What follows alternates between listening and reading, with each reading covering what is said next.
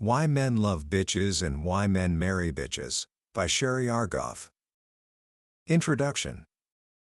A young woman named Charlotte once threw a party for a man she loved. His name was Tom. Their relationship was on the rocks, and she thought a grand gesture might win him back.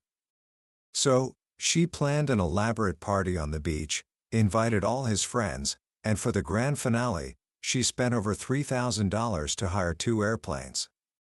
Their mission? To fly over the party and write "I love you" always inside a giant, beautiful heart in the sky. As the party started, everyone looked to the sky in anticipation. The planes arrived, and for nearly half an hour, they performed their exquisite aerial ballet. When they were finished, everyone on the beach was in awe. It was breathtaking. Everyone, that is, except Tom. An hour earlier, he had called to say he couldn't make it. By then, it was too late for Charlotte to get a refund. It was too late to stop the planes. It was too late for her to realize that her grand gesture, born from a place of desperation, had the opposite effect she intended. We've all seen this story, maybe not with skywriting airplanes, but in the quiet, everyday moments of our own lives.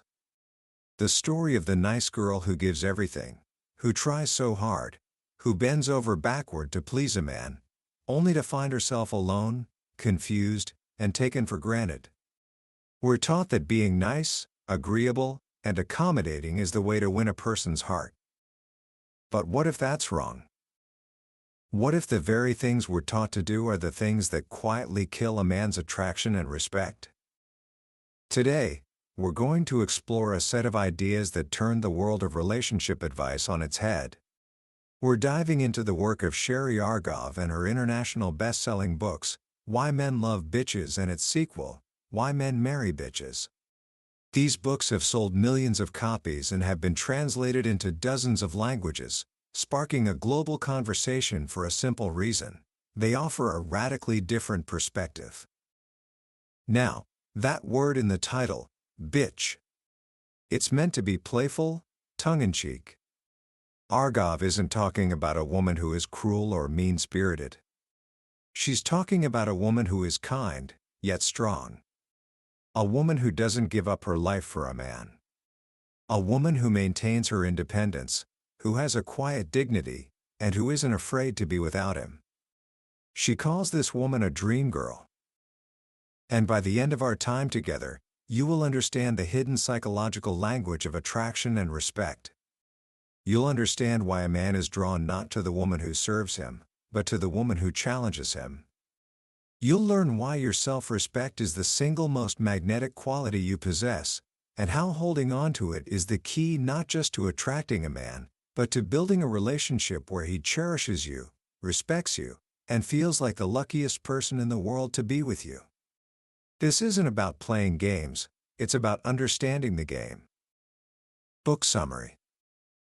Let's begin with a simple but powerful truth that forms the foundation of everything we're about to discuss. Anything a person chases in life runs away. Think about it in your own life. The more desperately you want something, the more it seems to elude you. It's a fundamental principle of human nature, and it's especially true in relationships. The moment one person feels the other is too eager, too available, and too willing to please, a subtle shift happens. The dynamic becomes unbalanced. Sherry Argov calls the woman on the losing end of this equation the nice girl. Now, this isn't an insult. Every woman, at some point, has been the nice girl. She's the one who overcompensates. She'll cook a 4-course meal for a man she barely knows, hoping her efforts will be reciprocated. She'll cancel plans with her friends at a moment's notice because he might call. She'll agree with everything he says, hoping to seem agreeable. She operates from a place of fear, the fear of losing him. And in doing so, she gives away the one thing that he finds most attractive: her own identity. A man doesn't fall in love with a reflection of himself. He falls in love with a whole other person. The nice girl makes a critical mistake. She believes that by being endlessly accommodating, she is showing him how much she cares. But what he often sees is a woman who doesn't value herself. He starts to wonder, why is she trying so hard? Is she this way with every man? He'll either assume she's desperate, or that she lacks standards. Either way, his respect begins to fade. And when respect fades, attraction is not far behind. This is where the dream girl, the so-called bitch of the title, comes in. She operates from a completely different playbook. She isn't mean or abrasive. In fact, she's often described as sweet as a Georgia peach. But inside that sweet peach is a strong pit. The biggest difference between the nice girl and the dream girl is fear. The dream girl is not afraid to be without him. And this lack of fear changes everything. Because she's not afraid of losing him, she doesn't give up her life for him. She keeps her friends. She keeps her hobbies. She keeps her own schedule. She maintains her own rhythm. When he calls and asks her out, she might be available, or she might be busy. She has a life that was full and interesting before he came along, and she keeps it that way. This creates what Argov calls the mental challenge. Men are drawn to this. Over 90% of the men she interviewed used this exact phrase. A mental challenge isn't about being a genius or debating politics. It has to do with whether he feels he has a 100% hold on you. The moment a man feels he has a complete hold on a woman, that she'll always be there, always say yes, and always put him first, the thrill of the chase is over. Think of it like this. If a man goes hunting and someone simply drops a dead moose on his doorstep, he'd want nothing to do with it. It could be the very same moose he would have spent a week in the woods tracking, but the pursuit is what makes it valuable. When a woman chases a man, it has the same effect as delivering a dead moose to his door. The dream girl understands this instinctively. She lets him be the hunter. She knows that a man's instinct is to pursue. It's not a game she's playing. It's an understanding of human nature. By not being constantly available, by having her own life, she isn't playing hard to get. She is hard to get. There's a world of difference. This creates a subtle tension that men find magnetic. He has to wonder a little. Where is she? What is she thinking? Why isn't she calling me back immediately? This curiosity keeps him engaged. He has to put in the effort. He has to win her time and her attention. And in doing so, he begins to value her more and more. So, how does this translate into real-world behavior? Let's break down the dream girl's approach into a few key areas. First, let's talk about communication. Argov has a wonderful phrase for this: dumb like a fox. It means letting him think he's in control, while you quietly run the show. A man's ego is a powerful thing. He needs to feel manly, competent, and right. The 3 words guaranteed to turn any man on? You're right. The dream girl understands this. She doesn't argue with him over petty things. If he insists on driving in the wrong direction for 20 minutes because he refuses to ask for directions, she doesn't say, "I told you so." She lets him be the hero who discovers the right way. You let him be right, and you be smart. By catering to his ego in these small, soft ways, you appeal to his instinct to protect and provide. When he feels like a king in your eyes, he'll want to give you the world. This is very different from being a doormat. A doormat gives up her own opinions and needs. A dream girl simply chooses her battles. She knows that feminine strength can be just as powerful as aggressive strength. As Argov says, men control the world, but women control the men. Part of being dumb like a fox is understanding that men don't respond to words the way women do. They respond to no contact. This is perhaps one of the most crucial lessons in the book. When a woman is unhappy, her instinct is to talk. "We need to talk," she'll say. She'll explain her feelings. She'll analyze the relationship. she'll plead, she'll cry. She'll nag. But nagging is just negative attention, and negative attention is still attention. It reassures him that he has you, that you're deeply affected by his every move. And what happens when you nag? He tunes you out. The dream girl does the opposite. When he takes her for granted or behaves poorly, she doesn't make a big emotional scene. She pulls back. She becomes a little less available. She gets busy with her own life. She speaks with her actions, not her words. For example, if he's consistently late and it bothers you, the nice girl waits, gets angry, and then gives him a lecture when he finally arrives. The dream girl waits for a reasonable amount of time, and then she makes other plans. When he calls, she's not angry. She's just unavailable. The message is sent, loud and clear, without a single word of nagging. He learns that her time is valuable, and if he wants to be part of it, he needs to respect it. This approach of pulling back when he misbehaves makes him the one to deal with the problem. Instead of you being the problem because you're nagging, the problem is his own behavior, and he has to figure out how to fix it to get your attention back. It shifts the entire power dynamic. Next, let's talk about sexuality. Argov calls this the candy store. The core principle is simple. Don't give up the whole candy store at once. Give it one jujube at a time. When a woman sleeps with a man too quickly, it short-circuits the entire process of falling in love. Men, almost immediately, put women into one of two categories: good time only or worthwhile. If you sleep with him right away, you risk being placed in the good time only category, and it's almost impossible to get out. It's not about being a prude. It's about understanding the psychology of desire. Before sex, a man isn't thinking clearly. A woman is. After sex, it reverses. The man is thinking clearly, and the woman isn't. He's achieved his goal, and his brain is flooded with chemicals that make him feel relaxed and detached. She, on the other hand, is flooded with bonding hormones like oxytocin, and she starts to feel deeply attached. She starts pursuing her goal, a relationship, just as he's finished pursuing his. She chases, and he runs. When you make a man wait, something magical happens. He has to spend time getting to know you as a person. He starts to notice the little things, the way you laugh, the things you're passionate about. He invests his time, his energy, his resources. He has to work for it.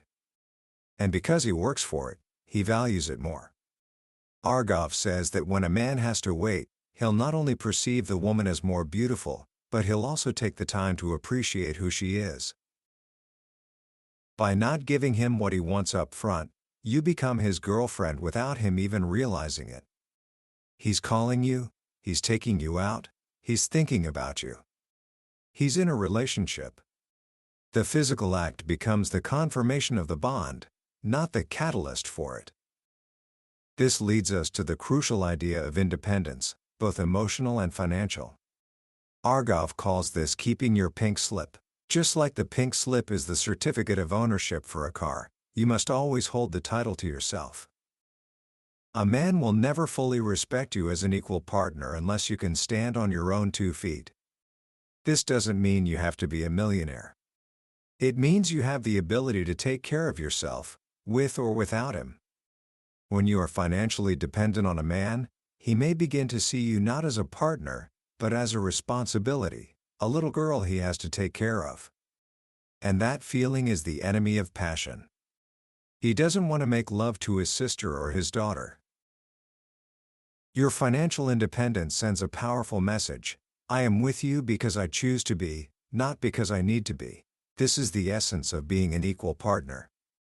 It gives you the freedom to set your own terms and to walk away from any situation where you are not treated with respect. A man has to feel that you would sooner be flipping burgers at McDonald's than accept mistreatment from him.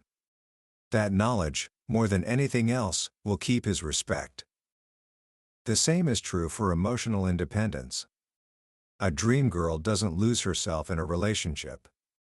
She doesn't stop seeing her friends, stop pursuing her career, or stop going to her yoga class. This was perfectly illustrated by a story in the book about a woman named Laura. A very successful, confident man named Rob asked her to go on a cruise after just a few dates. He thought he would rock her world. Laura said she couldn't go. The reason? She had a pre-planned Tupperware party. Rob was completely dumbfounded.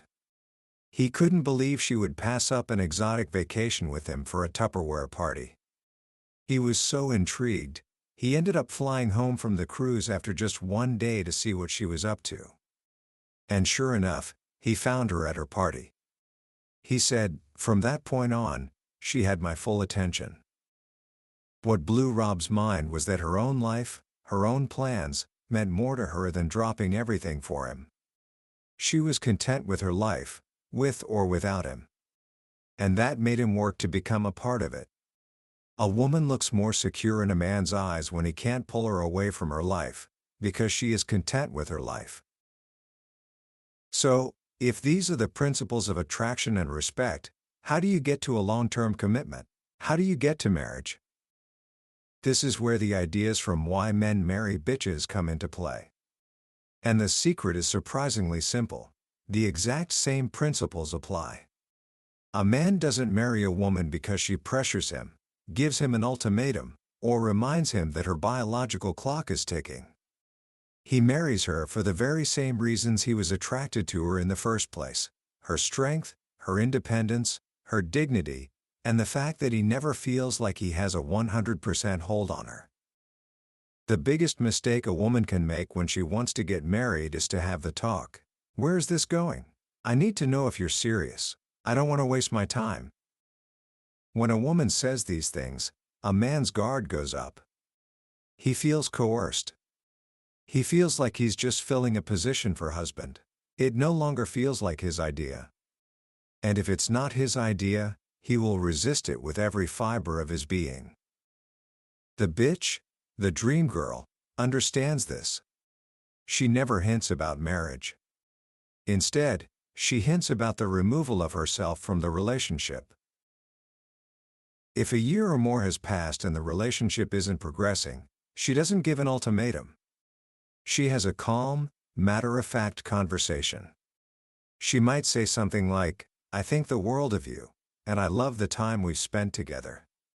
But it seems we want different things from life, and I think it's time for us to move on." There are no tears. No drama. No guilt trips. She holds herself with a quiet dignity that says, "I love you, but I love myself more. And I won't settle for less than what I truly want."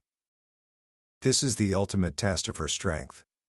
She is willing to walk away, as painful as it might be. And this is precisely why she usually doesn't have to. When a man is faced with the very real possibility of losing a woman he loves and respects, a woman who he knows isn't bluffing, he is forced to confront his true feelings. He realizes that his freedom isn't as valuable as a life with her. Whereas women often fall in love in a man's presence, men tend to realize they are in love in a woman's absence. It's in that moment of potential loss that he realizes he can't live without her. And that's when getting married becomes his idea. Men who are stalling a commitment for years often know, on some level, that they are taking advantage of the woman. And strangely, they lose respect for her for allowing it. They start to think, "Why is she letting me get away with this? There must be something wrong with her." But the woman who is willing to walk away sends the opposite message. She communicates her own value. She isn't a doormat. She is his equal. A man doesn't marry the woman he can live with, he marries the woman he can't live without. And he can't live without the woman he deeply respects. In the end, all of these principles, the mental challenge, the independence, the self-respect, are not just tactics to get a man. They are principles for living a fulfilling life. A man marries a woman who is interesting, who has her own passions, and who is happy with herself. He marries a woman who adds to his life, not a woman who needs him to complete hers. He doesn't marry the woman who puts him on a throne. He marries the woman who is his equal. The story shouldn't be about a princess waiting for a prince. The story should be about a princess who is busy building her own kingdom. And when the prince comes along, he is so impressed by what she has built that he wants to be a part of it. He has to prove that he is worthy of her. And that, Argov suggests, is the kind of fairy tale that ends in a truly happy and respectful ever after. Commentary. When you really step back and look at the core message of Sherry Argov's work, it's not about being a bitch at all. It's about dignity. In fact, one of her final attraction principles states it perfectly. The most attractive quality of all is dignity. What these books do so brilliantly is they translate the language of self-respect into the language of romantic attraction. They take an abstract concept, dignity, and show you exactly what it looks like in action. It looks like not being afraid to say no. It looks like having your own hobbies. It looks like speaking with your actions instead of your words. It looks like being willing to walk away from someone who doesn't treat you the way you deserve to be treated. In today's world, where we are so often encouraged to be accommodating, to go along to get along, this message is more powerful than ever. It reminds us that a healthy relationship is not built on self-sacrifice, but on the foundation of two whole, independent people choosing to be together. The goal isn't to lose yourself in someone else. It's to find someone who respects and admires the person you already are. The ideas in these books can feel a bit jarring at first, especially the playful but provocative language. But beneath the surface, the psychology is sound. It's a deep dive into human nature, our need for challenge, our fear of being controlled, and our profound attraction to confidence and self-possession. It reveals that what men often say they want an agreeable, easygoing woman, and what they are deeply, instinctively drawn to a strong, spirited woman who challenges them can be two very different things. So, how can you start applying these powerful ideas in your own life? Starting today. Here are just a few simple, practical actions you can take. First, I want you to conduct what I'll call a self-respect audit. For the next 7 days, just pay attention. Don't try to change anything just yet. Simply notice every time you find yourself about to say yes to something when every fiber of your being is screaming no. It could be something small, like agreeing to a movie you don't want to see, or something bigger, like taking on a task you don't have time for. Just notice it. Becoming aware of how often we put others' convenience before our own needs is the first, most powerful step toward change. Second, reconnect with one thing that is just for you. Think back to a hobby, a passion, or an interest that you loved but let slide because life got in the way. Maybe it was painting, or hiking, or learning a new language. This week, make a small, non-negotiable appointment with yourself to re-engage with that thing. Go to one class. Read one chapter. Take one walk. Remind yourself what it feels like to have a part of your life that is yours and yours alone. This is the foundation of the independence that is so magnetic. And third, practice the art of the pause. The next time you feel that surge of emotion, frustration because he's late, or anxiety because he didn't call, I want you to resist the urge to react immediately. Just pause. Take a breath. Do nothing. Go about your day. You will be amazed at how much power you reclaim in that moment of quiet self-control. You'll begin to see that no contact isn't a tactic, it's a state of being. It's the quiet confidence that says, my peace of mind is more important than my need for an immediate reaction from you. Ultimately, the most profound lesson from Sherry Argov isn't about how to get a man to love you or marry you. It's about learning to love and respect yourself so deeply that his presence in your life becomes a wonderful addition, not a requirement for your happiness. It's about becoming the dream girl in your own life first. When you embody that energy, that quiet strength, that unshakable dignity, You don't need to chase love. It comes to you. That was a summary of Why Men Love Bitches and Why Men Marry Bitches by Sherry Argov. We've journeyed through the main landscapes of these ideas today, but I'll be honest with you, a summary is like looking at a travel brochure. It can show you the pictures, but it can never replace the feeling of actually being there. The real magic happens when you read the book for yourself. It's in the quiet moments, when a particular story or a simple phrase connects with you in a way you didn't expect. This summary is designed to help you decide if this book is worth your time and attention. If anything we've talked about today has struck a chord, I encourage you to grab a copy. Reading it isn't just about learning, it's an experience that can genuinely change the way you see yourself, your relationships, and your own worth. Also, if you found this journey valuable, please take a moment to like this video and subscribe to the channel. It's a small click for you, but it makes a huge difference for us, and it ensures you won't miss our next exploration into another life-changing book. Let's keep learning and growing together.